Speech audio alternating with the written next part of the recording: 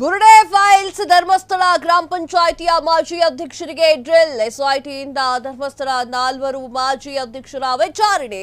ಮಾಜಿ ಅಧ್ಯಕ್ಷರಾಗಿರುವಂತಹ ಕೇಶವ ಬಿಳಾಲು ಗೀತಾಗೆ ಎಸ್ಐಟಿ ಬಿಸಿ.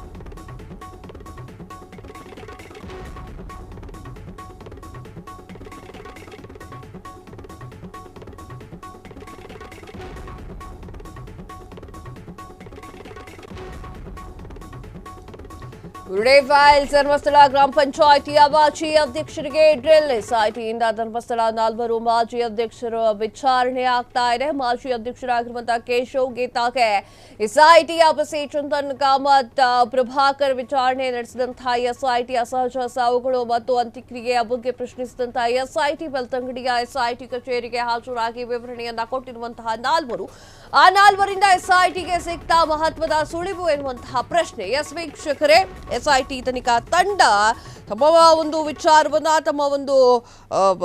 ಹೇಗೆ ವಿಚಾರಣೆ ಮಾಡಬೇಕು ಅನ್ನೋದನ್ನ ಚೆನ್ನಾಗಿ ತಿಳ್ಕೊಂಡಿದೆ.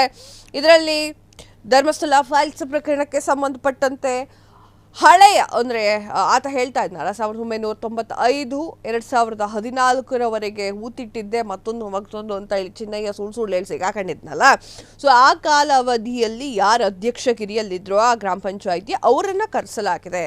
ಅವರು ಕೇಶವ್ ಅಂತ ಹೇಳಿ ಅವ್ರ ವಕೀಲರು ಅವರನ್ನು ಕೂಡ ಎಸ್ಐಟಿ ತನಿಖಾ ತಂಡ ಕರೆಸಿದೆ. ಗೀತಾ ಅಂತ ಹೇಳಿ ಗೀತಾ ಅವರನ್ನು ಕರೆಸಿದೆ. ಚಂದನ್ ಕಾಮತ್ ಮತ್ತು ಪ್ರಭಾಕರ್ ಅವರನ್ನ ವಿಚಾರಣೆ ಮಾಡಿದೆ. ಏನಾಯಿತು ಎತ್ತಾಯಿತು, ಹೇಗೆ ಆ ಸಾವಾಗಿತ್ತು, ಆ ಸಾವುಗಳನ್ನು ನೀವು ಹೇಗೆ ಅದನ್ನು ಹೇಗೆ ತಗೊಂಡ್ರಿ, ಹೇಗೆ ಯಾರ್ಯಾರಿಗೆ ಹೇಳಿದ್ರಿ, ಪೊಲೀಸರಿಗೆ ಹೇಳಿದ್ರ ಏನು ಎತ್ತ ಅಂತ ಹೇಳಿ ಕೇಳುವಂತಹ ಕೆಲಸವನ್ನ ಧರ್ಮಸ್ಥಳದಲ್ಲಿರುವಂತಹ ಎಸ್ಐಟಿ ತನಿಖಾ ತಂಡ ಮಾಡ್ತಾ ಇದೆ. ಧರ್ಮಸ್ಥಳದ ಅಸಹಜ ಸಾವುಗಳ ಪ್ರಕರಣದ ಬಗ್ಗೆ ಹೆಚ್ಚು ವಿಚಾರಣೆ ಆಗ್ತಾ ಇರುವಂಥದ್ದು. ಕ್ಷಣ ಕ್ಷಣದ ಸುದ್ದಿಗಳಿಗಾಗಿ ಫ್ರೀಡಂ ಟಿವಿ ಸಬ್ಸ್ಕ್ರೈಬ್ ಮಾಡಿ, ಲೈಕ್ ಮಾಡಿ ಹಾಗೂ ಫಾಲೋ ಮಾಡಿ.